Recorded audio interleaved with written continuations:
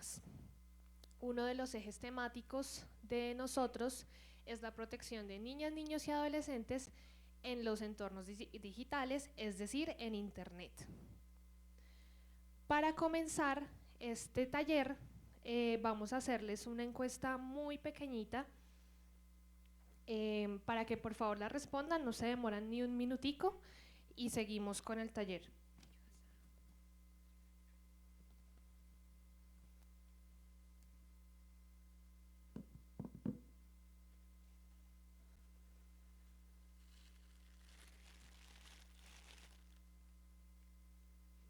¿Alguien necesita esfero? Claro que sí.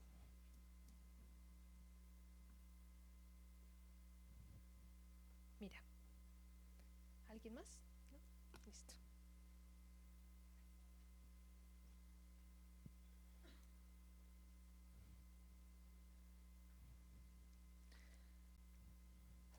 Bueno, mientras la van llenando, yo voy a contarles sobre la agenda de nuestro taller. Vamos a ver varias cositas. En primer lugar, pues darles la bienvenida y agradecerles mucho por estar acá. Luego vamos a hablar de los riesgos digitales que afectan a niños, niñas y adolescentes. Posteriormente, cuál es la terminología adecuada para referirse a delitos o situaciones que afecten a niñas, niños y adolescentes en los entornos digitales. Luego vamos a hablar de algo muy interesante que es el modelo We Protect. Y ya para terminar, vamos a hablar de herramientas de prevención desde la sociedad civil en el caso de Red Papás. ¿Listo?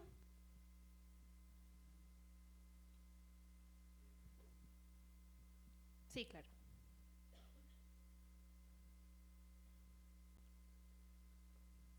Dale.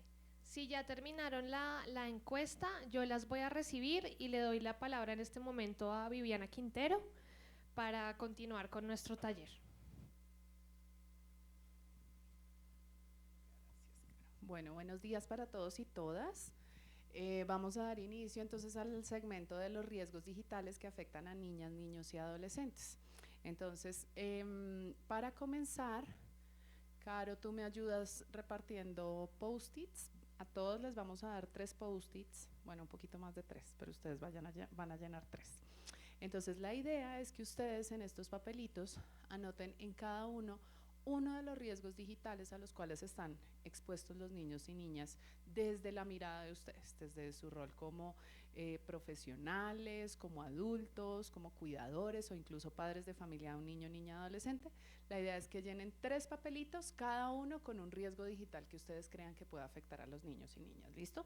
Vamos a tomarnos para esto 4 minutitos, 5 minutitos y en 5 minutitos les pregunto para que nos entreguen los papelitos, ¿vale?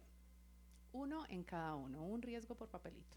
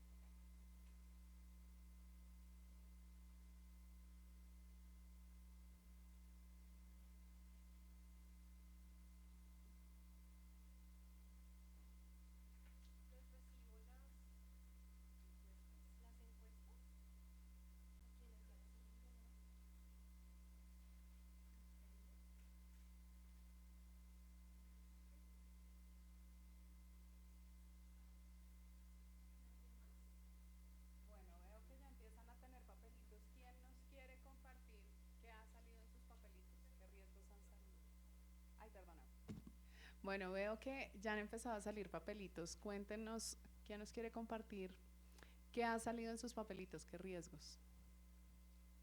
Tú, cuéntanos.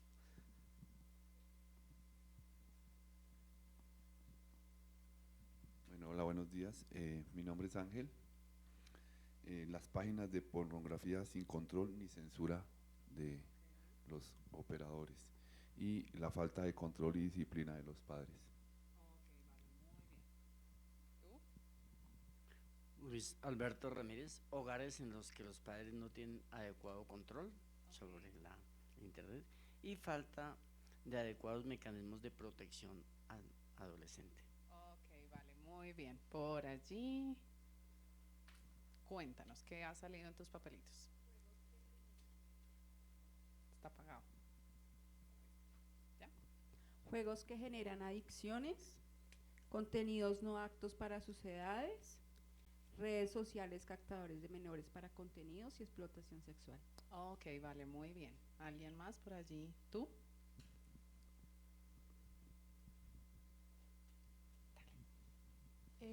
Bueno, pornografía infantil, trata de personas y otro es el ciberbullying. Ok, vale, muy bien. Y vamos por allí atrás con Colnodo. ¿Qué le salió? Yo tengo aquí grooming, ciberacoso, secuestro y Ajá. ciberbullying. Ok, vale, perfecto. Listo, entonces, ¿qué es lo que sucede? Si ustedes ven, muchos de ustedes dijeron riesgos que eran como parecidos, pero tienen ciertos detalles que los hacen un poquito diferentes. Y cuando miramos como la suma de todos, hay muchos riesgos, pareciera que hubiera muchos diferentes riesgos que afectan a niños y niñas cuando navegan en Internet. Entonces, ¿por qué es importante hablar de los niños, niñas y adolescentes en un contexto de gobernanza de Internet? Básicamente porque 1 de cada 3 usuarios de Internet en el mundo es un menor de 18 años. Entonces, cuando nosotros pensamos que la tercera parte de los usuarios, de las personas que utilizan Internet, son niños, niñas y adolescentes, estas discusiones de gobernanza, de cómo vamos a tomar decisiones respecto al uso de Internet, necesariamente tiene que considerar a los niños y niñas. Adicionalmente, parte de lo que se encuentra en las estadísticas y las cifras de los últimos años es que los niños están accediendo a edades cada vez más tempranas a Internet y a los dispositivos digitales. Esto por un lado tiene mucho que ver con los papás que estamos equipando de manera temprana a los niños, pero también con el entorno en el que están creciendo. Un niño que no se conecte en este momento está un poco descontextualizado. Es necesario que en algún punto de su vida, de su ciclo vital, ellos empiecen a conectarse. Adicionalmente, con esto sucede, con los niños sucede que están haciendo un uso privado y no supervisado de los dispositivos. Esto básicamente se relaciona con que las pantallas que ahora usamos son individuales. Antes nosotros teníamos un televisor gigante en la sala de la casa donde muchos podían ver. Ahora tenemos una pantallita pequeñita que es nuestra pantallita, es donde nosotros podemos ver. Entonces esto dificulta el acompañamiento y la supervisión por parte de los padres, pero además hace que esos usos que nosotros hacemos de nuestras pantallas cada vez sea más privado. De hecho, por ejemplo, incluso hay muchas parejas donde no se admite que la pareja vea qué es lo que yo hago con mi celular. Y básicamente todas nuestras pantallas son unas pantallas de uso privado, de un uso que simplemente yo como persona estoy haciendo. Y con los niños, digamos que esto empieza a significar un riesgo, ya que los niños que se conectan a edades muy tempranas, parte de lo que sucede con ellos es, digamos, la Academia Americana de Pediatría dice que un niño entre los 0 y los 12 años debería conectarse un máximo de 1 hora al día a pantallas, debería estar expuesto máximo 1 hora al día a pantallas. Sin embargo, lo que nosotros encontramos es que los niños o el tiempo de exposición de los niños en estas edades a pantallas varía entre las 3 y 5 horas.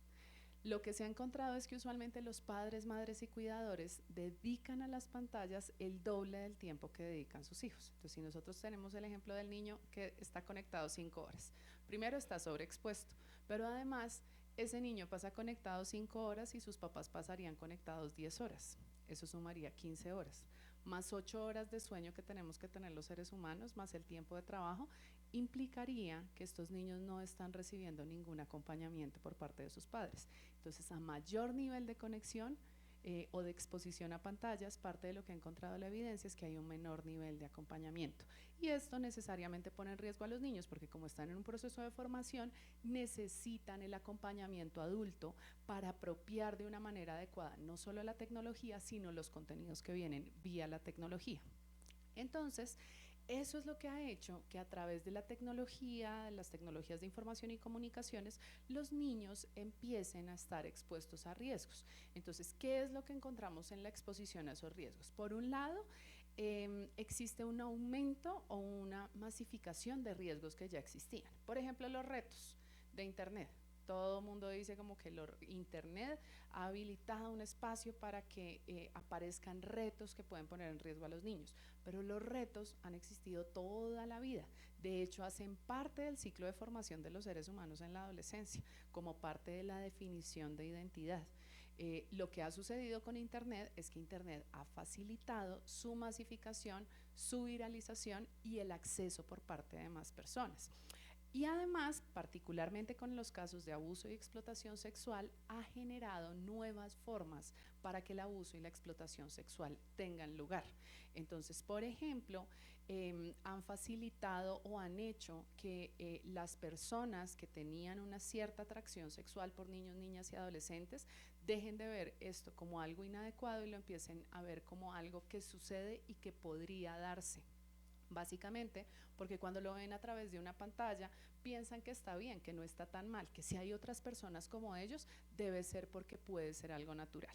Entonces esto ha potenciado que muchas más personas que pueden tener tendencia a abusar de niños, niñas y adolescentes empiecen a conectarse y vía esto se empiece a normalizar este tipo de situaciones. También ocurre que, por ejemplo, en el caso de la explotación sexual y el abuso, como los niños están navegando sin acompañamiento y supervisión, un niño sin acompañamiento es la víctima perfecta para un abusador o explotador. Es un niño que está solo, es un niño que no va a poner resistencia luego de que sea coaccionado o que sea seducido. Entonces, el hecho de que los niños estén tan solos en Internet básicamente crea un espacio propicio para que los abusadores y explotadores lleguen a este lugar. También existe una alta vulnerabilidad por parte de los niños a los riesgos en línea y esto está básicamente dado porque por su proceso de desarrollo los niños no cuentan todavía con herramientas para enfrentar los riesgos a los cuales pueden estar expuestos en entornos digitales. Ellos necesitan ayudas vía la crianza, vía la tecnología, vía el acompañamiento, necesitan ciertos apoyos para poder enfrentar estos riesgos que aparecen allí. Como no tienen esos apoyos y además están en un periodo de formación donde son tan susceptibles a lo que viene de afuera, entonces tienen un mayor nivel de vulnerabilidad. Y finalmente existe un mayor riesgo para los niños y niñas que ya venían siendo vulnerables. Entonces, por ejemplo, lo que se ha encontrado es que niños, niñas o adolescentes que han tenido episodios de ansiedad, de depresión, de ideación, de conducta suicida, de intimidación escolar, son niños que se van a enganchar más fácilmente con contenidos violentos, pornográficos, con retos de Internet. Y es básicamente porque están en una situación de vulnerabilidad que aumenta las probabilidades de enganche y que nuevamente este aumento en las probabilidades de enganche los pone en un mayor riesgo y en una mayor vulnerabilidad. Entonces, bueno, ¿qué es lo que se ha encontrado como factores de riesgo en los contextos digitales a la hora de hablar de niños, niñas y adolescentes? Lo primero, el equipamiento temprano. Entregarles a los niños y niñas dispositivos o tecnologías que fueron creadas para uso adulto o teniendo en mente el uso adulto, pues necesariamente los pone en riesgo. ¿Por qué? Porque los niños, solo hasta los 14 años, desarrollan las habilidades necesarias para interactuar de forma segura en los entornos digitales. Habilidades como cuáles: reconocer información falsa de información verdadera, reconocer la intencionalidad que hay detrás de las interacciones o perfiles en redes sociales, reconocer cuando, por ejemplo, una información es comercial, de una educativa, de una de entretenimiento. Eso solo lo puede hacer el cerebro humano hasta hacia los 14 años. Antes no, antes cuesta mucho, aun cuando podemos hacer actividades de entrenamiento para que los niños desarrollen esta habilidad, el cerebro humano solo está listo hasta los 14 años. Y finalmente hay un bajo nivel con adultos de confianza. Cuando ese bajo nivel se presenta, pues esto constituye otro factor de riesgo. Como ya les decía, si nosotros tenemos niños que están hiperconectados, los papás están el doble de hiperconectados. Entonces, esos sí que están más conectados. Esto hace que ellos estén conectados con internet, pero no estén conectados con sus hijos, ni sus hijos con los padres. Entonces, dificulta que se generen lazos de confianza, que son los lazos que podrían permitir, uno, que los papás tengan conversaciones sobre su vida digital con los niños y niñas, y segundo, que los niños recurran a sus papás cuando algo malo sucede en línea. Entonces, esta conexión es fundamental. ¿Qué es lo que sucede con esa conexión? Que esa conexión solo se va a dar si se empieza a construir a edades tempranas. Yo no puedo vivir toda la vida de mi hijo desconectada de él o de ella y a los 14 años decir, oye, es que quiero que tengamos una buena conexión y quiero que me cuentes todo lo que te pasa en internet. No, hay que empezar a construirla desde los primeros años. Entonces, bueno, con estos factores de riesgo, parte de lo que ha sucedido también es que los riesgos se han categorizado. Como ustedes vieron, nos salieron muchos riesgos, algunos parecidos, otros no tantos, pero además, como todos son riesgos nuevos, la tendencia ha sido a que, dependiendo del país, dependiendo de la circunstancia, dependiendo cómo se presentó el riesgo, a eso le ponemos un nombre. Entonces llegó un punto donde habían tantos riesgos, todos nombrados en inglés, que alguien dijo como no, esto hay que categorizarlo. Entonces surge una primera categorización hacia el año 2012 en el Reino Unido, que es esta que ustedes ven acá, y que luego en el 2017 fue adoptada por UNICEF. Entonces, esta categorización divide en 3 macrocategorías los riesgos que enfrentan los niños y niñas a través de internet. La primera se relaciona con los contenidos, que es lo que los niños ven cuando están navegando. La segunda se relaciona con las conductas, con los contactos, perdón, que es las personas con las cuales los niños interactúan cuando están navegando en internet, y tenemos la tercera, que son las conductas, que son las conductas que hacen los niños cuando están navegando en internet. Entonces, vía estas 3 categorías se pueden agrupar los diferentes riesgos que ustedes mencionaron hace un momento y pusieron en sus papelitos. Entonces, vamos a ver una por una. La primera tiene que ver con los contenidos. Entonces acá encontramos unos contenidos que son riesgosos para los niños. Acá encontramos pornografía o materiales de abuso sexual de niños, niñas y adolescentes, que es pornografía hecha con niños, violencia y autolesión. Estos contenidos son inadecuados para los niños básicamente por la forma en la que aprenden los niños. Ustedes saben que los niños aprenden viendo a alguien hacer y haciendo ellos lo mismo. Eso se llama aprendizaje por modelado o por imitación, que es el primer mecanismo de aprendizaje que tenemos los seres humanos. Entonces, cuando un niño ve un contenido, el niño va a querer hacer lo que vio en ese contenido y va a pensar que esa es la forma normal de actuar en ese contenido. Es por eso que yo no sé si ustedes han visto, los niños han empezado a hablar mexicano. Porque ven dibujitos con acento mexicano, entonces empiezan a hablar mexicano, y hace unos años empezaron a aparecer un montón de niños con acento mexicano y uno dice, ¿pero por qué habla mexicano si los papás no son mexicanos, la familia no es mexicana? Pues viene de los dibujitos. Llevo haciendo entrevistas de pregrado en la Facultad de Derecho de hace como unos 7 años, y de hace unos 4 años para acá me encuentro con muchachos que tienen acento mexicano y les hemos preguntado, dicen, no, es que yo veo el programa Discovery Kids y yo me crié con eso. O sea que eso podemos, digamos, ya ponerle edad, y es más o menos personas de 18 años que vienen con esa nueva forma de hablar. Y esto es básicamente porque aprendemos a partir del modelado, hacemos lo que vemos que se hace afuera, y los contenidos nutren ese vemos lo que se hace afuera. Entonces, con los contenidos el gran rollo es eso, los niños van a imitar lo que ven en los contenidos. Eso, digamos, en el caso de la violencia, lo que hace es aumentar la probabilidad de que los niños respondan de forma violenta para resolver un conflicto, digamos, en el caso de la violencia. En el caso de la autolesión, que es lo que nos ocurre, usualmente las personas piensan que las autolesiones son intentos suicidas, y resulta que esto no siempre es así. En muchos casos la autolesión se da para liberar ansiedad. Uno diría, pero ¿a quién se le ocurre para liberar ansiedad ponerse a cortarse o lastimarse? Eso generaría más ansiedad. Pero imagínense que cuando nosotros nos cortamos o lastimamos, nuestro cerebro libera endorfinas, y las endorfinas reducen la ansiedad. entonces también se pueden dar como respuesta a un episodio de ansiedad. Entonces, por ejemplo, presentar este tipo de contenidos básicamente lo que hace es reducir las barreras naturales de los niños hacia la pornografía, hacia el abuso sexual, hacia la violencia y hacia los intentos lesivos contra sí mismos. Con el tema de la pornografía, ¿qué sucede? Primero, modelan unas formas de interacción que son correspondientes con una sexualidad inadecuada. Si nosotros miramos, yo siempre cuando hablo con chicos de pornografía, lo que les digo es, hagan de cuenta que la pornografía es como ver Rápido y Furioso. Entonces uno ve en Rápido y Furioso, hay gente que conduce carros, hay unos carros espectaculares, conducen de una manera súper extrema y súper alocada, pero cuando nosotros salimos a la calle, nadie conduce así, esos carros son súper difíciles de ver, donde alguien se estrelle como se estrellan en Rápido y Furioso y destruyan una ciudad como sucede en Rápido y Furioso, pues eso sería un desastre. Lo mismo pasa con la pornografía.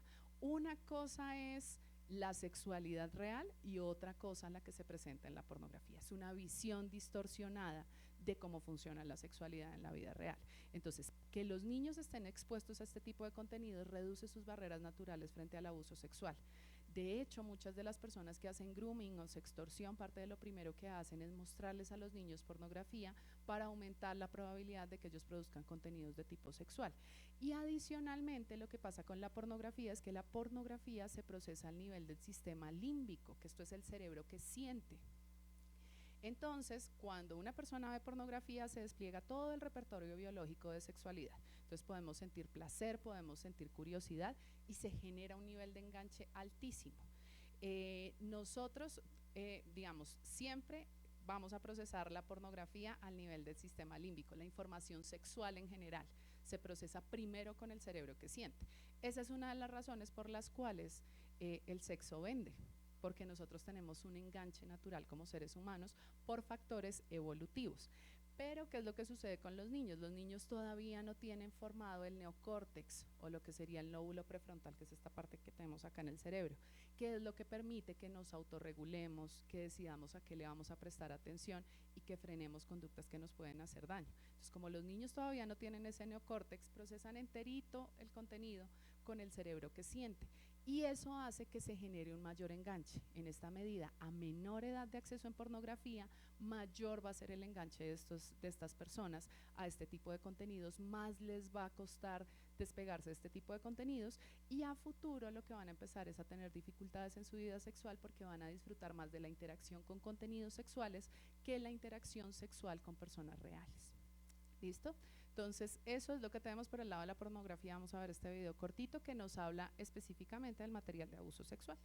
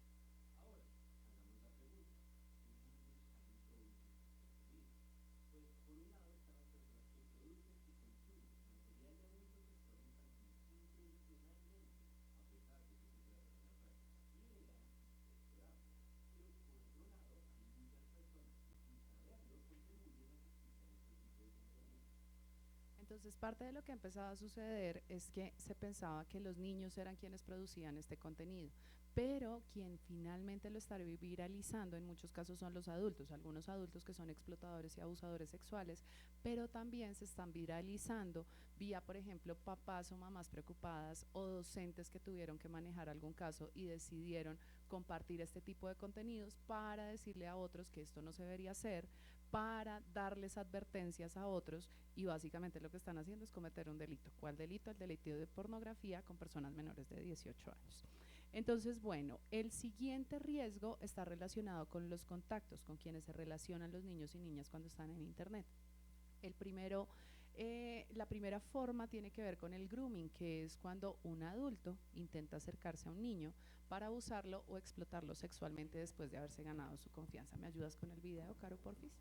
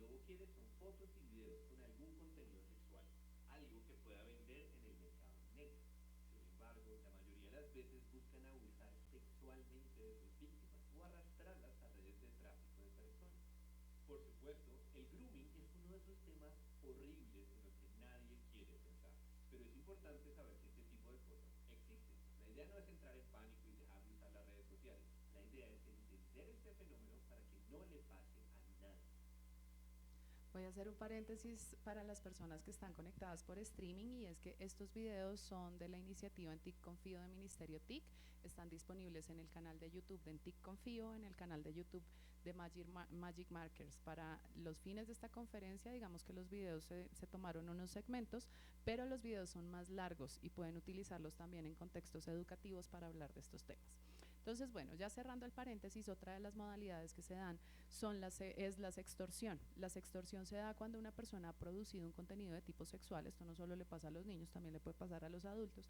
Alguien produce un contenido de tipo sexual, lo comparte con una tercera persona, y por alguna razón una de las personas que recibió este contenido decide empezar a chantajear, extorsionar o coaccionar a esta persona que produjo el contenido para que a cambio de entregarle más contenidos, dinero o un encuentro de tipo sexual, esta persona no publique con su red de contactos el contenido sexual que se produjo. Entonces, una manera de chantaje. Y finalmente están los grupos cerrados en redes sociales, que estos pueden ser o grupos cerrados o perfiles privados en redes sociales, donde en muchos casos es donde se empiezan a viralizar los retos de Internet o las conductas que pueden ser riesgosas y que básicamente impiden por definición el acompañamiento por parte de adultos. Entonces, si un adulto no puede estar monitoreando la actividad, pues estos niños, si se enfrentan a alguna situación que no conocen cómo afrontar, pues van a estar en riesgo. Entonces pueden ser, digamos, también un factor de riesgo en este contexto. Siguiente, Caro. Entonces, denme un segundo. Entonces, bueno, pasamos a la tercera categoría, que es la de las conductas. Acá encontramos la primera conducta, que es la que tiene que ver con el ciberacoso. ¿Me ayudas con el video, por favor?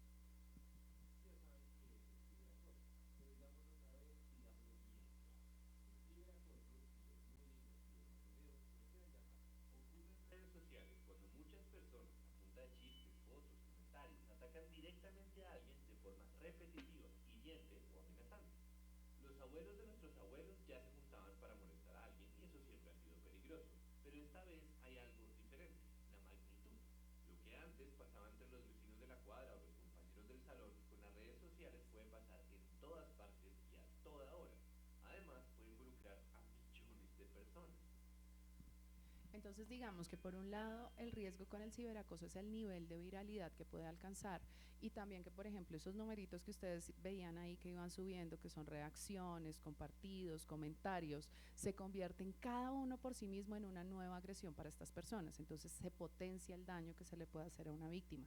Pero adicionalmente funciona con el ciberacoso un mecanismo que se llama el mecanismo o dos, que son los mecanismos de desinhibición, que es que como las personas piensan que están al frente de una pantalla y nadie los está viendo, nadie va a saber qué fue lo que hicieron, entonces eso los desinhibe y hacen cosas que serían más atrevidas o dicen cosas que no serían capaces de decirle a otro en la cara. Y adicionalmente está el tema de desindividuación, y es que estas personas no pueden ver la reacción emocional en el otro, que es lo que ayuda a contener la agresión. Entonces, en muchos casos, cuando tenemos una agresión real, si yo veo que la persona está llorando, que se siente mal, que se puso triste, yo digo, bueno, ya, basta, fue suficiente. Pero en estos casos, eso no se puede ver, esa respuesta emocional no es evidente, y eso hace que la agresión escale.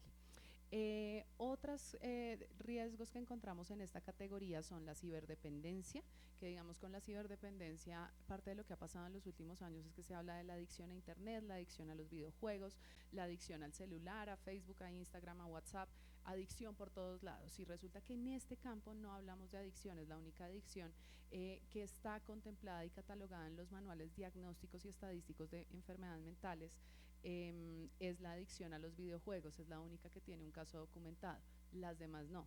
De hecho, al parecer, el hecho de que los niños se conecten de una forma compulsiva a internet es más el resultado de otros trastornos psicológicos que pueden haber de base. Entonces vendría a ser más un síntoma que un trastorno como tal. ¿Listo? Entonces, nosotros en Colombia hemos preferido hablar de ciberdependencia, que la ciberdependencia es básicamente cuando una persona empieza a desplazar otras actividades que son importantes en su vida por estar conectado. Dejan de comer, dejan de dormir, dejan de pasar tiempo con amigos, con familia, con el novio, por estar conectados. Entonces acá hablamos de ciberdependencia. Cuando esta ciberdependencia, o sea, este desplazar las actividades, está además acompañado por ansiedad por separarse de los dispositivos tecnológicos o del internet, pues ahí deberíamos buscar ayuda, sobre todo cuando se trata de niños, niñas y adolescentes. ¿Con quién se busca ayuda para estos temas? Con un psicólogo o un experto en salud mental. Tenemos también el tema del sexting, que es cuando los niños se toman fotografías con contenido sexual explícito y deciden compartirlas. Digamos que esto, hasta este punto uno diría, bueno, podría no ser tan problemático, hace parte del desarrollo sexual y afectivo de los niños o de las exploraciones sexuales de los niños, pero lo que sucede es que en muchos casos, cuando estas fotografías llegan a terceras personas o personas por fuera de esta relación, estas personas deciden compartirlas o viralizarlas. Y ahí es donde se genera el problema, porque compartir y viralizar este contenido pues va en contra de lo que se decidió, lo que la persona que lo generó inicialmente quería, que era compartirlo con una sola persona que hacía parte de sus afectos. Entonces, parte de lo que también se le debería enseñar a los niños es que uno no debe compartir ni almacenar imágenes que expongan la privacidad de otras personas, porque esto los pone en riesgo a ellos de cometer un delito cuando son menores de 18 años, pero además pone en riesgo a otras personas. En el tema de privacidad tenemos que cuando los niños empiezan a acceder a edades tempranas, empiezan a dejar todos sus datos e información en las redes sociales, sus gustos, sus intereses, sus datos empiezan a quedar almacenados en los entornos digitales. Esto a futuro los va a hacer mucho más susceptibles a las estrategias de marketing, por ejemplo.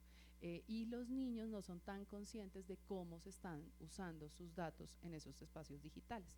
Y finalmente tenemos la suplantación, que está relacionada en estos dos temas, en privacidad y suplantación. Hemos encontrado niños que, por ejemplo, tienen un uso muy diestro, muy destacado de las diferentes tecnologías, saben programar, saben ethical hacking, y un día deciden hacer una broma y acceder al sistema de notas del colegio y cambiarles las notas a todos sus compañeros.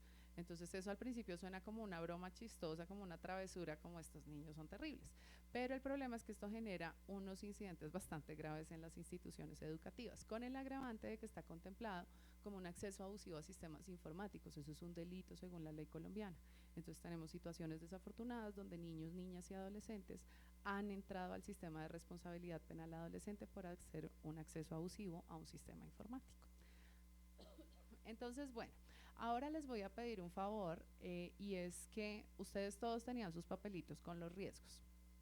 Entonces, a partir de esta categorización que yo les acabo de contar, la idea es que ustedes categoricen los riesgos que escribieron en sus papelitos, que los pongan en las categorías. Acá Caroline les está pegando las diferentes categorías, que pasen allá al frente y los peguen en la categoría que correspondan a partir de lo que yo les acabo de decir. Como recorderis, los contenidos son lo que los niños ven cuando se conectan a Internet. Los contactos son las personas con las cuales los niños interactúan cuando navegan en Internet y las conductas son lo que los niños hacen cuando están navegando en Internet. Entonces los invito a que pasen y peguen sus papelitos.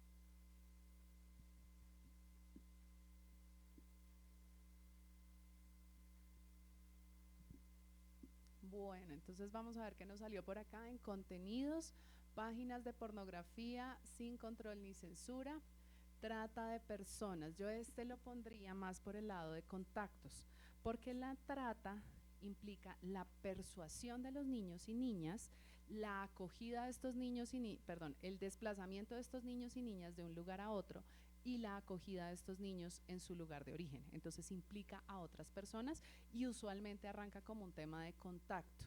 Entonces alguien que se hace amigo de los niños le dice, no, mira, es que te doy una oportunidad de trabajo súper chévere o de estudio súper chévere o para que vayas a jugar al equipo del Real Madrid o del Barça, y así es como terminan enganchándose, pero comienza con un contacto. Tenemos la pornografía infantil nuevamente, nos sale 2 veces, acceso a información inapropiada, ok, muy bien, juegos que generan adicciones, ok, contenidos no aptos para sus edades, ok, listo. Por el lado de conductas tenemos ciberbullying, sí, falta de adecuados mecanismos de protección al adolescente, sí, falta de control y disciplina de los padres, ok, prostitución infantil, ciberbullying, riesgo a publicación de imágenes de abuso y explotación sexual, ok, matoneo o bullying por internet. Listo, perfecto. Y por el lado de contactos tenemos grooming, ciberacoso, ok, influencia, ciberacoso, por lo que entiendo, lo que ocurre con el ciberacoso es que en muchos contextos no solo se le entiende al ciberacoso como el ciberacoso de hostigamiento cibernético, que es como el tema de agresión, sino también al ciberacoso de tipo sexual, como el acoso sexual a través de internet. Entonces, si este ciberacoso es acoso sexual a través de internet, acá está perfecto. Cuando es hostigamiento a otros, dependiendo de cómo se dé, si es un menor de edad quien lo hace, sería una conducta, sería la categoría de conductas, y si no, quedaría en la categoría de contactos. Inducción al suicidio, ok, redes sociales, grooming, captadores de menores para contenidos de explotación sexual, sí, hogares en los que los padres no tienen adecuado control. Yo lo pondría acá en la categoría de contenidos, porque el nivel de control de los padres está sobre todo en este punto. Cuando hablamos de control, los padres pueden influir en las conductas de los niños, pueden modelar las conductas de los niños, pero no las controlan al 100%, pueden controlar los contenidos. Lo otro que tenemos es trata de personas, nuevamente en contactos. Listo, perfecto. Entonces, ya con esto le voy a dar la palabra a Caroline, que nos va a contar un poco acerca del tema de terminología. Acá nos empezaron a aparecer algunos términos que tienen un manejo diferencial cuando hablamos de niños, niñas y adolescentes, y Carol les va a contar por qué.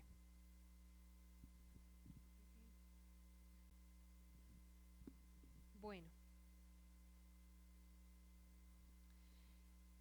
en estos temas de protección a la niñez en los entornos digitales han salido muchos términos, muchas definiciones, y es porque algunas conductas que se presentan en los entornos digitales hasta ahora se están desarrollando como definiciones.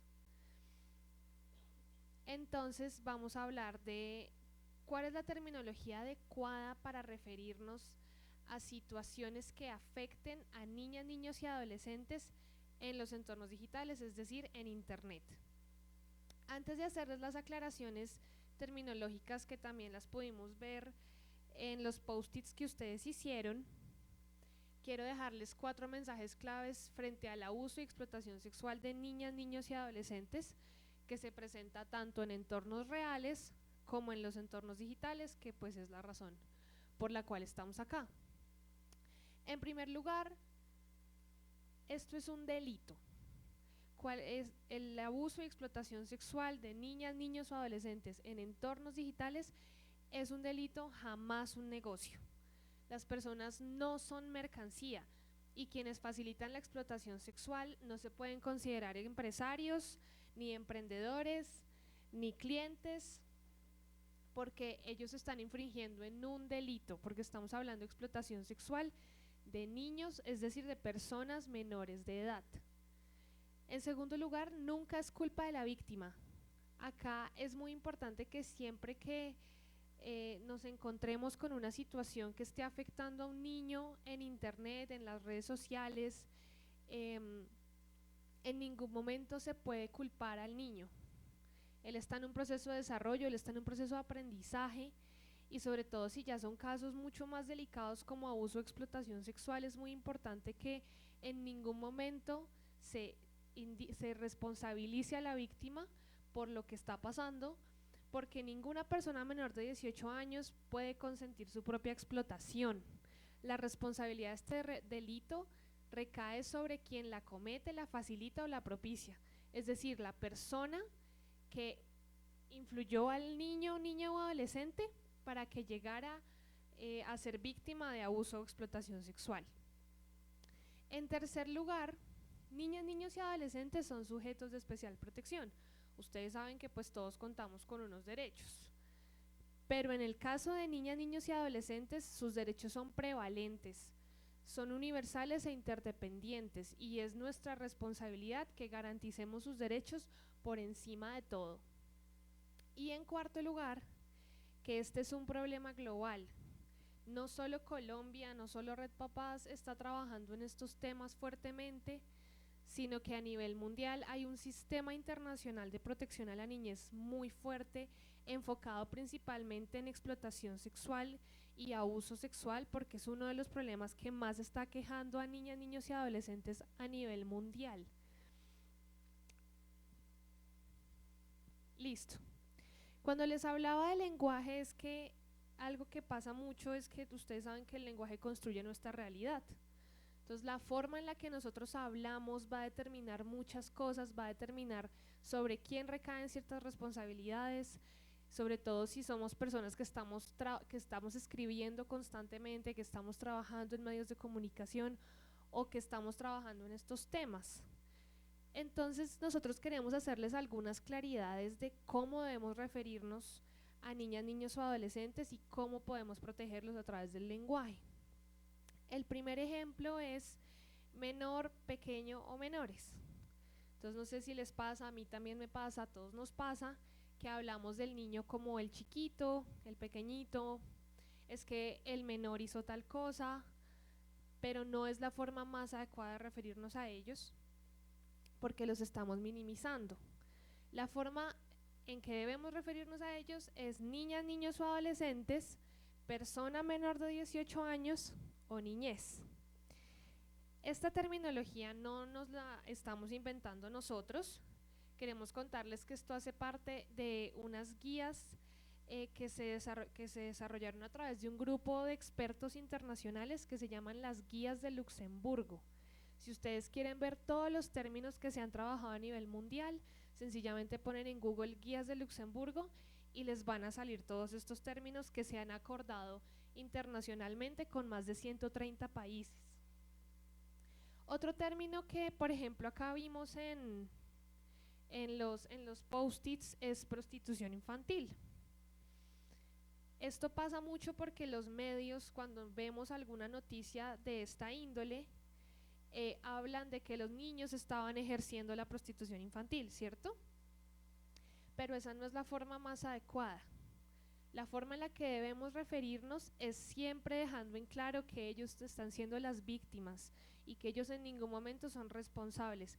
Es decir, que ellos no ejercen la prostitución infantil, ellos están siendo explotados, lo que quiere decir que es explotación sexual, comercial de niñas, niños y adolescentes, o niñas, niños y adolescentes explotados en prostitución. Son términos un poco más largos, sí, lo sabemos, pero es la forma más adecuada en que también podemos proteger a los niños a través del lenguaje. Otro muy común, que también seguramente lo han visto en noticias, es turismo sexual. Entonces llega algún caso en Cartagena, Santa Marta o en El Mundo de que se encontraron una red de turismo sexual en Cartagena, por ejemplo. Esa no es la forma más adecuada de hablar de este tipo de delitos. ¿Por qué? Porque ustedes saben que el turismo es algo pues positivo, ¿no? Cuando uno se va de turismo, pues uno se va de viaje, uno se va a hacer actividades, uno se va a descansar, y el turismo pues es una práctica mundial. La forma en la que debemos referirnos es explotación sexual comercial de niñas, niños y adolescentes en contextos de viajes y turismo. Porque lo que les digo, la responsabilidad recae en el perpetrador y en la persona que le está haciendo daño al niña, niño o adolescente. Otro término que, por ejemplo, nos encontramos acá en los post-its fue pornografía infantil. Este también es muy común. Cuando vemos este tipo de situaciones en los medios, en muchos portales, siempre se refieren a este delito como pornografía infantil.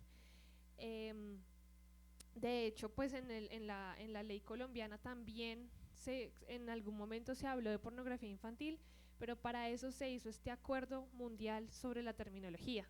Entonces, la forma adecuada de referirnos a esta situación es delito de pornografía con persona de menor de 18 años, que es como está en la ley colombiana, o las otras dos opciones, material de explotación sexual de niñas, niños y adolescentes, o explotación sexual de niñas, niños y adolescentes en entornos digitales. La pornografía es una conducta que llevan a cabo adultos y en ningún momento deben implicar personas menores de 18 años. Es por eso que hablamos de material de abuso o de explotación sexual, porque es un material donde una persona está siendo violentada y están pues violando sus derechos más importantes. Ya para ir cerrando esta sección, también se habla mucho de que las redes tienen clientes, tienen empresarios, son emprendedores, pero no, esto no es un emprendimiento y bajo ninguna circunstancia se puede validar como una empresa o como algo válido, porque en ningún momento las personas son mercancía ni se pueden cambiar pues por efectos monetarios. La forma en la que nos debemos referir a este tipo de personas es explotador sexual o proxeneta, pero en ningún momento cliente, empresario o patrón. Un mensaje acá muy importante ya para seguir es que la víctima no es responsable y nunca es responsable.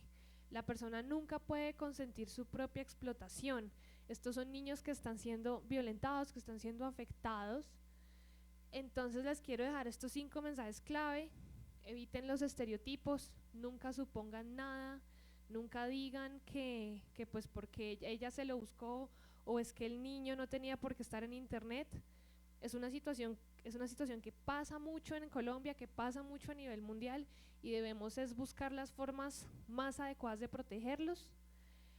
No presente información que exponga a las víctimas. Muy importante que si ustedes saben de casos, que si llegan a saber de este tipo de situaciones, se vayan con las autoridades encargadas de estos temas, que ya vamos a hablar de cuáles son, pero esto no hay que compartirlo ni con la familia, ni hay que, si les llega una imagen que puede que no sea muy apropiada, a veces la gente lo que hace es compartirla. Mire lo que me llegó de tal persona, qué peligro, evite hacer eso. No, si a usted por alguna razón le llega alguna imagen de algún niño, niña o adolescente desnudo a su celular, usted tiene que reportar esta situación a teprotejo.org, que ya vamos a hablar más adelante de ella, y no comparta esta información.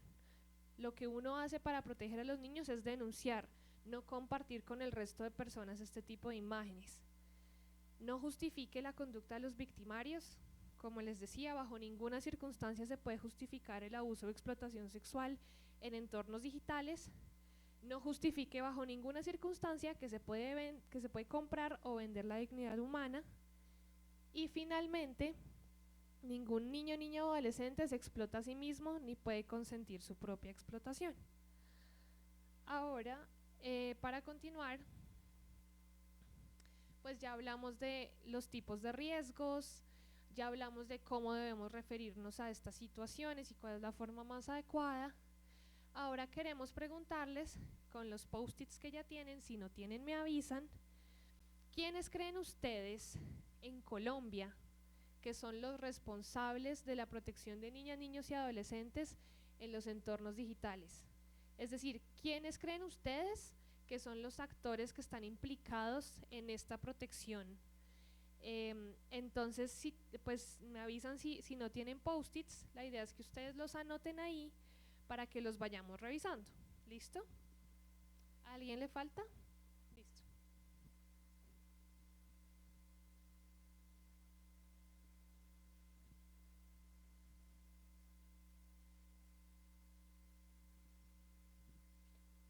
¿Alguien falta?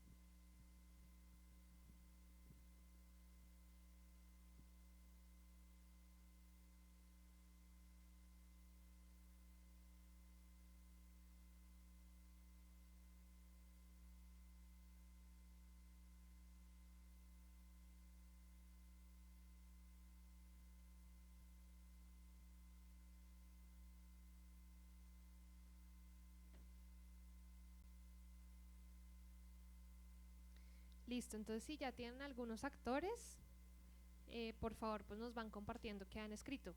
¿Algún voluntario? Tú. Dime. Ah, sí.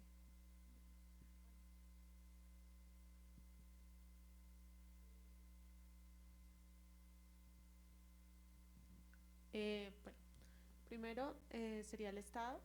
El Estado como para generar esa barrera para que las personas o para que los niños, niñas y adolescentes no caigan en estas redes quizá de traficantes de este tipo de contenido.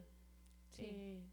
Otros serían pues la familia cercana, puede ser padres de familia o los cuidadores de niños, niñas y adolescentes, y la escuela.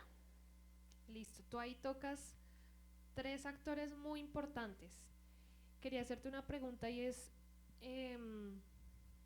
¿consideras que esos 3 actores que tú mencionas se pueden categorizar en el mismo sector o serían sectores diferentes?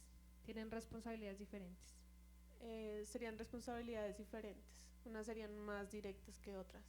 Ok, entonces lo que te quiero invitar es a que porfa cojas los post-its y los vamos a ir pegando en esta parte del tablero. ¿Listo? ¿Quién más quiere contarnos? ¿Sigue? Pensaría que primero está la familia, ¿Sí? luego el Estado. También encuentro instituciones educativas, ¿ya? Empresas de servicio de Internet, no sé Muy cómo, importante, sí. y plataformas de redes, no sé, Facebook, bueno, esas. sea, aplicaciones. Aplicaciones. Sí. Aplicaciones, listo. También te invito a que porfa las vayas poniendo. Si ves que algunas se parecen, puedes ponerlas, puedes ir agrupándolas. Entonces, por ejemplo, tú que también hablaste de familia, lo puedes poner acá con el de familia.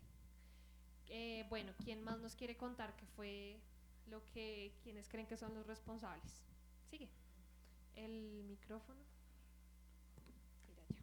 Gracias.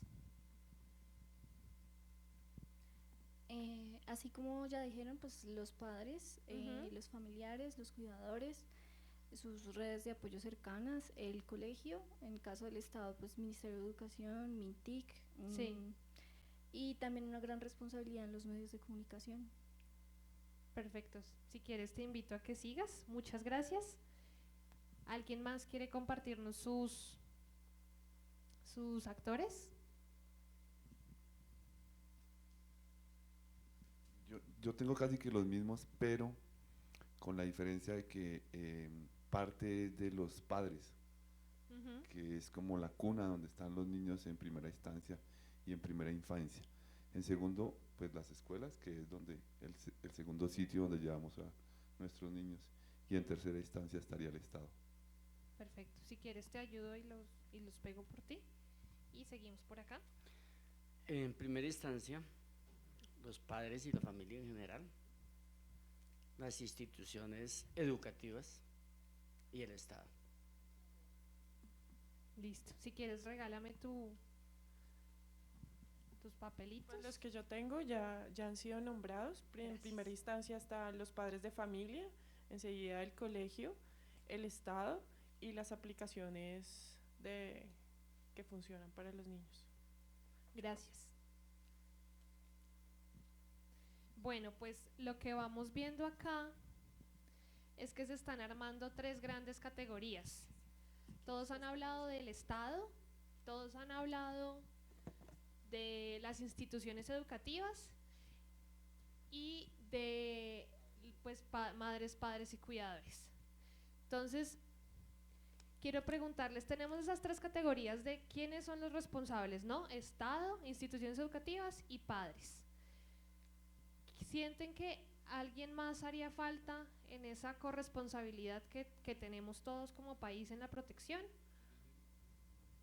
¿Los niños? Dime, no te entendí. O sea que los niños también hacen parte de esta corresponsabilidad. Pues también se pueden poner, están implicados. ¿Puedes ponerlo en un post-it y lo Ujú. pegamos? Listo.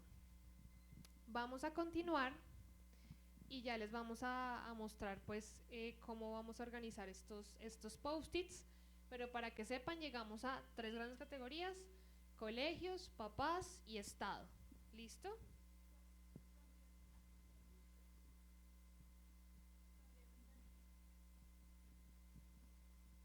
Pues creo que con el ejemplo que ustedes decían de cuando uno comparte una imagen de un niño desnudo o de un niño que está siendo violentado, pues también está ayudando como a promover esa violencia o a intensificarla. Entonces creo que también como responsables está el resto de la sociedad que hace uso también de, pues no sé, algún aparato digital. ¿Sí? Ok. ¿Tú nos puedes anotar eso en un papelito? Y lo ponemos allí. Listo, entonces ahí sale una nueva categoría, le diría yo, y es toda la parte digital, de aquellas personas que usamos internet, de las aplicaciones, de los celulares, y pues eso también claramente nos implica a nosotros porque somos aquellos que las usamos todo el tiempo.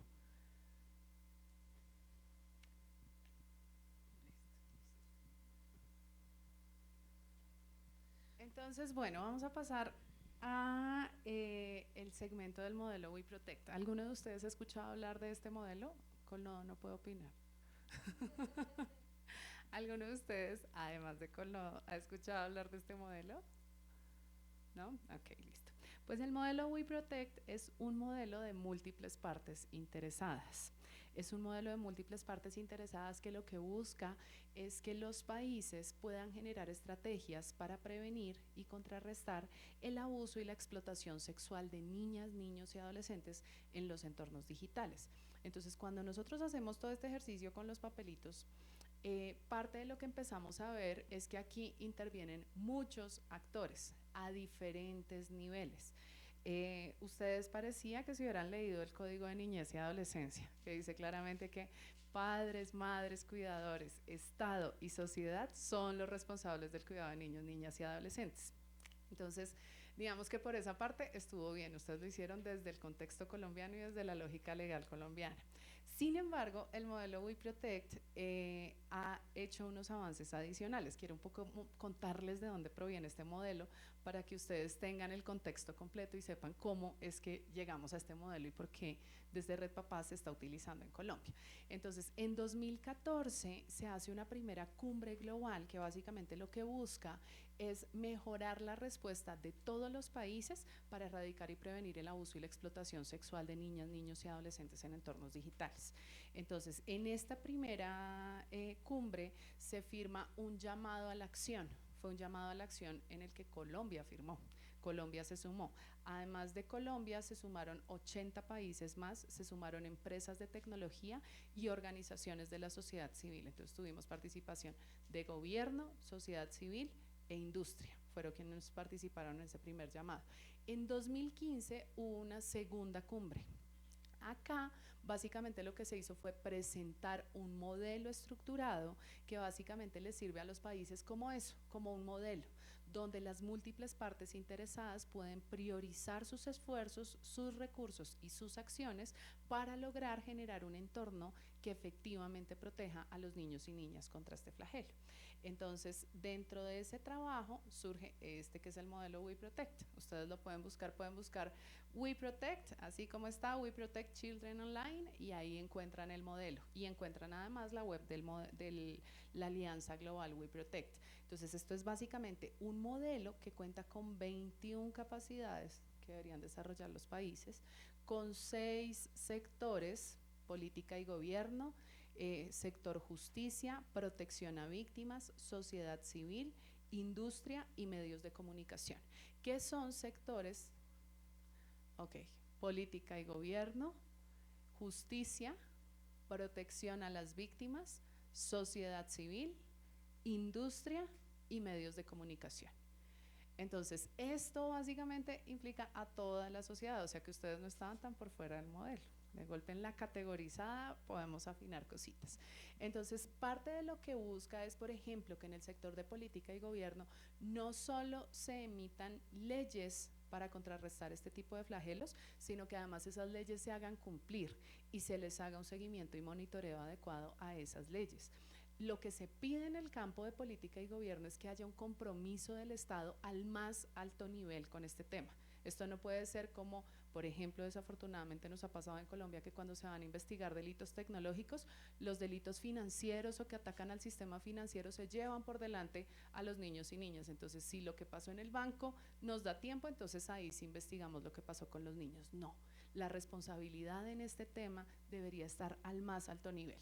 Con el sector de justicia y protección, lo que se busca es que los países cuenten con autoridades y profesionales de protección altamente especializados. ¿Qué es lo que sucede con los delitos de abuso y explotación sexual en línea? Que son delitos de un altísimo nivel de especialización.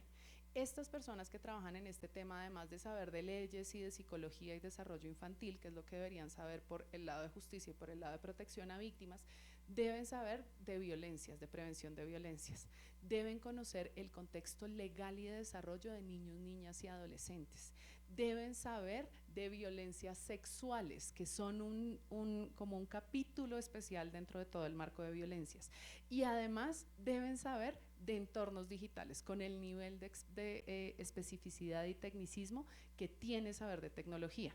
Entonces, estas personas son personas que bajito deberían tener por lo menos 7 años de formación especializada, y nosotros lo que estamos teniendo es profesionales de protección y del sector justicia que duran máximo 1 año en sus cargos. Entonces allí deberían haber unos esfuerzos importantes para desarrollar capacidades técnicas a diferentes niveles en este personal que hace justicia y protege a los niños, niñas y adolescentes que han sido víctimas. Con sociedad civil, ¿qué hay? Por un lado, está la implementación de una línea virtual de reportes que idealmente sea gestionada por la sociedad civil, donde se pueda hacer veeduría y monitoreo de lo que sucede con estos casos en Colombia. Dime.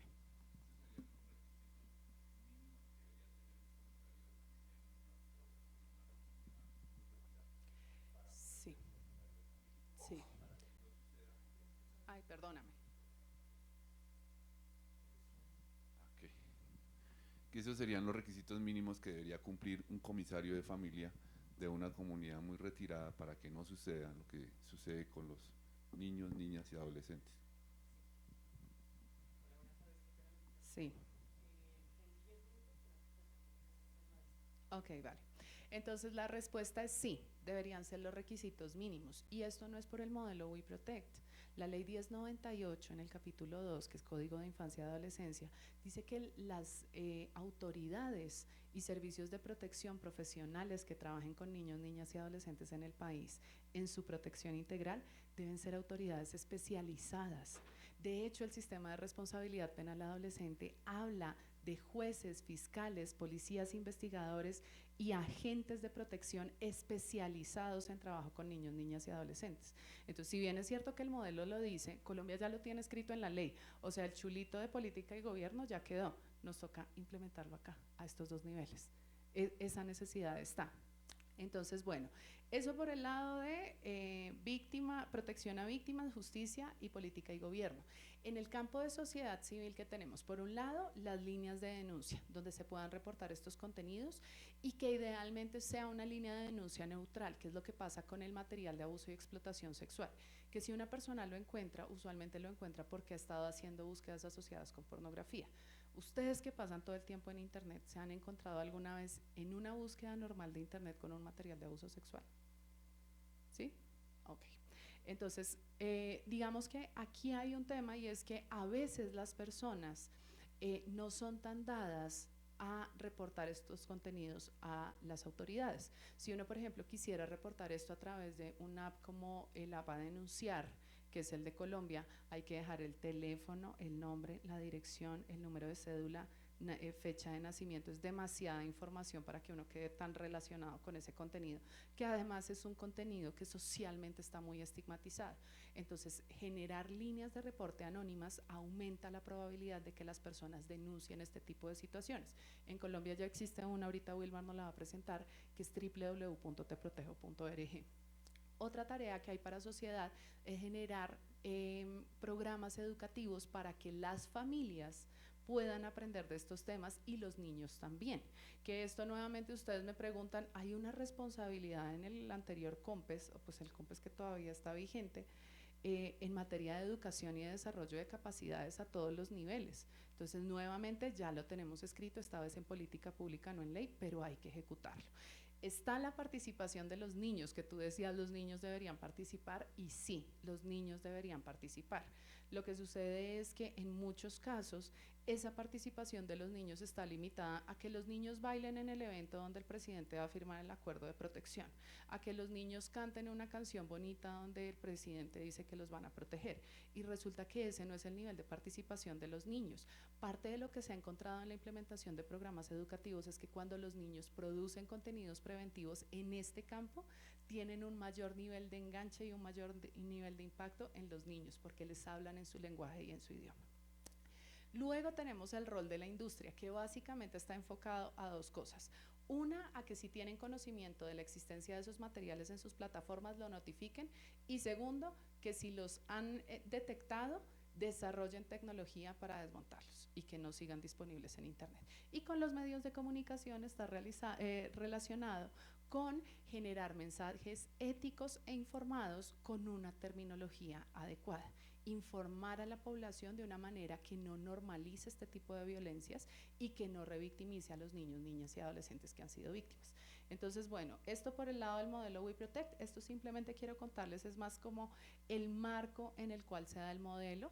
cuando salen los objetivos de desarrollo sostenible hay un objetivo que habla de poner fin a la violencia contra los niños. Entonces surge la Alianza Global We Protect para dar respuesta a ese objetivo, que luego se suma, esta alianza lo que tenía era recursos, tenía un fondo de 50.000 libras, creo, de 50 millones de libras, perdón.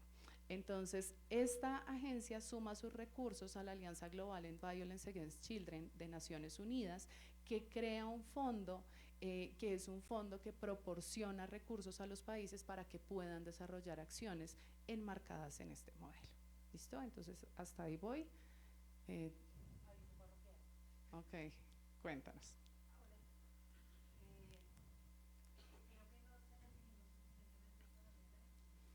Pasaste la...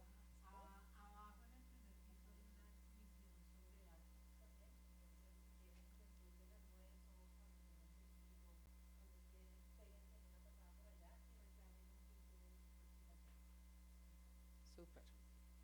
Mil gracias. Mil gracias, Pili. Ahorita después del almuerzo vamos para allá. Vale. Entonces, bueno, le voy a dar la palabra a Wilmar Osejo para que... bueno, antes de cerrar el tema, como ustedes vieron, gran parte de los esfuerzos de ver quiénes son los responsables en este campo, siempre cuando uno habla de niños, niñas y adolescentes, siempre los responsables van a ser los papás y los colegios, que son los que educan a los niños. Pero luego de ver este modelo, parte de lo que vemos es que no son solo los papás y los niños. Si bien es cierto que los papás y las instituciones educativas, perdón, son los primeros en la lista, y así lo dice la ley, son los primeros responsables, no son los únicos. Para que podamos proteger a los niños en los entornos digitales, necesitamos gobiernos comprometidos, autoridades especializadas, organismos de protección especializados, papás, mamás y cuidadores que conozcan de esto y puedan formar a los niños, puedan apoyarlos y educarlos. Una industria que se comprometa con recursos para generar mecanismos para la eliminación del acceso a estos contenidos y medios de comunicación que sean éticos a la hora de informar sobre este tema.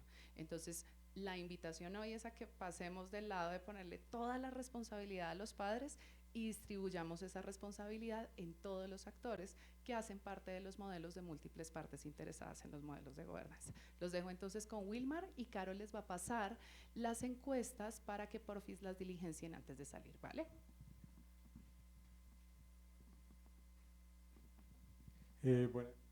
Buenas tardes, mi nombre es Wilmar Andrés Osejo, asesor jurídico de Red Papá 7 Protejo. Bueno, en el marco de todo lo que pudimos ver esta mañana, de lo que nos habló Viviana y Caroline, encontramos que hay situaciones que se pueden presentar con los menores de 18 años en los entornos digitales, pero en todo el tema de prevención, ya cuando ocurren estas situaciones, nosotros, ¿qué podemos hacer? En Colombia tenemos varios canales de denuncia que son oficiales, tenemos el CAI virtual y a denunciar de la Fiscalía, digamos que los dos son iguales, lo que cambia es el medio por el que lo podemos hacer. Si queremos acudir ante un delito, a denunciar de la Fiscalía, puede ser en la página de la Fiscalía directamente o a través de la línea 122 de cualquier celular en cualquier lugar del país, o a través del CAI virtual, también en la página de la policía o escribiendo al correo caivirtual@policia.gov.co. También ante una situación que vulnere o ponga en riesgo los derechos de los menores de 18 años, podemos llamar al 141 del ICBF, pero especialmente, y es lo que queremos dejarles aquí este mensaje, cuando se habla de entornos digitales, de material de abuso y explotación sexual en estos entornos, y como se conoce aquí en Colombia el delito de pornografía con persona menor de 18 años, tenemos la línea Te Protejo. Te Protejo es una línea de reportes donde podemos dar aviso o reportar cualquier situación que vulnere o ponga amenaza de vulneración a un menor de 18 años en los entornos digitales. ¿Qué pasa cuando yo reporto en Te Protejo? Lo puedo hacer de manera anónima, es decir, no tengo que dejar datos de contactos, los puedo dejar si quiero saber qué pasa con el reporte o si me interesa, digamos, conocer la situación o simplemente quiero dejarlos, o lo puedo hacer de manera anónima desde cualquier lugar del país a través de www.teprotejo.org. Cuando en Te Protejo ingresa una situación ilegal, los analistas revisan el contenido y al encontrar que hay un menor de 18 años en una situación de riesgo o vulneración, entonces se tramita. Cuando me refiero a que se tramita, puede decir que no aplique. Hay muchas veces que llegan reportes que simplemente no tienen que ver con menores de 18 años o son situaciones que ya se salen del alcance. Un ejemplo puede ser que mi niño no se toma la sopa. Entonces digamos que no es una situación en la que nosotros podamos actuar y pues realmente no la tramitamos. El material puede ser ilegal, es decir, cuando estamos ante la comisión de un delito con un menor de 18 años, como es el material de abuso y explotación sexual, que es en gran cantidad los reportes que más ingresan por Te Protejo, o ante una situación de explotación sexual, o a veces en caso de maltrato o abandono o negligencia con menores de 18 años, también recibimos esto en Te Protejo. Cuando la situación es ilegal, ¿qué hacemos? Dependiendo, digamos, de la categoría que le ponga el analista, lo enviamos a 3 entidades grandes. Una es el ICBF, para todo el tema de restitución de derechos, también a la Policía Nacional, que puede ser a través de la Policía de Infancia y Adolescencia cuando se trata de instrumentalización de menores para la comisión de delitos, o a través de la DIJÍN, el Centro Cibernético Policial, cuando hablamos de material de abuso sexual y explotación sexual con menores de 18 años o ciberacoso en un contexto sexual. También pasa que la situación es ilegal o es legal, pero es inconveniente. Es decir, no estoy ante ningún delito, pero resulta que pueden haber contenidos que son inadecuados para nuestros menores de 18 años. En ese caso, a través de Red Papás, que es quien administra la línea Te Protejo, acudimos a derechos de petición o acciones de tutela o todo lo que haya que hacer, o más que todo en términos de responsabilidad social con las empresas que producen estos contenidos o estos materiales que pueden ser inconvenientes. Los tramitamos y tratamos de hacerles entender que son inadecuados para los menores de 18 años. Como les decía anteriormente, el fuerte de reportes que llega en Te Protejo es de material de abuso sexual infantil en línea, y queremos, digamos, dejarles acá también un poco claro por qué es tan diferente reportar en Te Protejo que denunciar ante otra autoridad. Claramente les voy a hacer primero una claridad, y es que Te Protejo no reemplaza a la autoridad, somos un canal de reportes, no un canal donde se pueda denunciar oficialmente. Lo que pasa es que en el tema de material de abuso sexual infantil tenemos una trazabilidad más a nivel internacional. Contamos con varias plataformas que lo que hacen es tratar de retirar este material de abuso sexual infantil de todo el internet, además de ayudar a la identificación de víctimas y pues que se restablezcan los derechos de estas personas.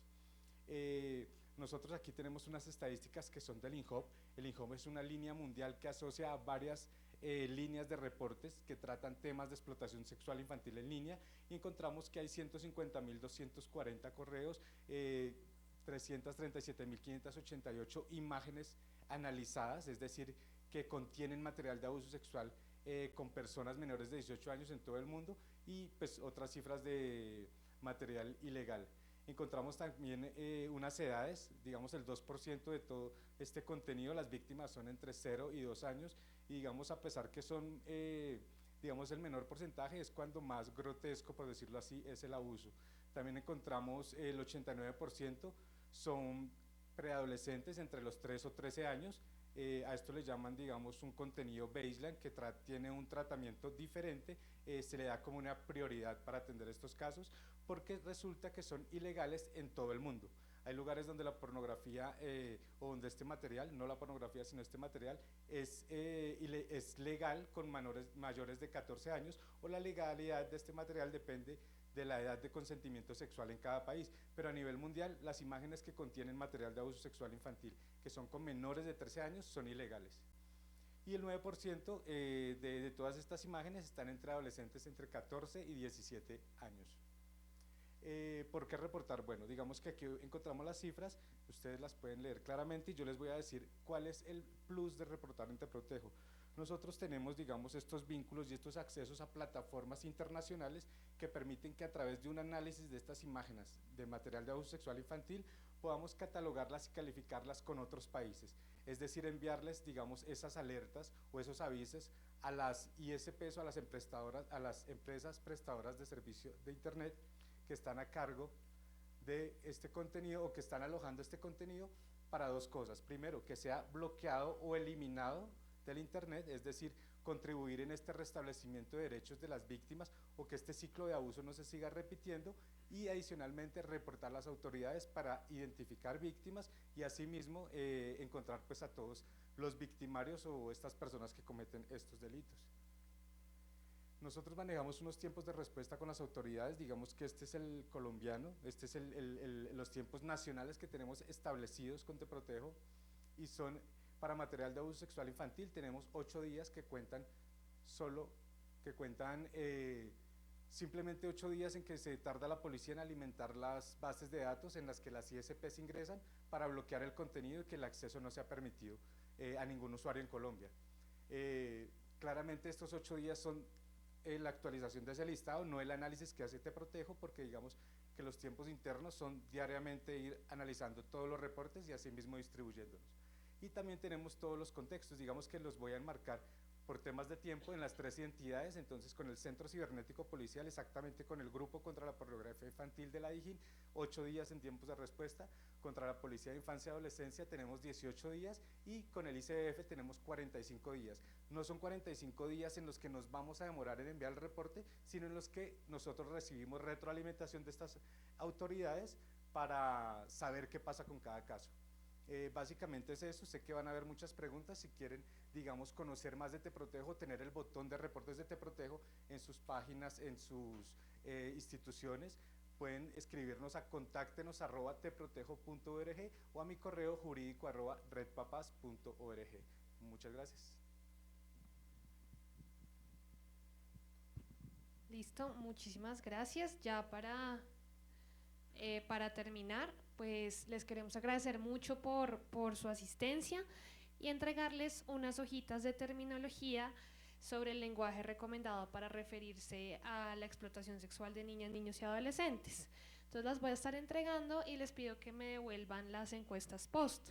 Ahí queda toda nuestra información y pues muchísimas gracias a todos ustedes por asistir.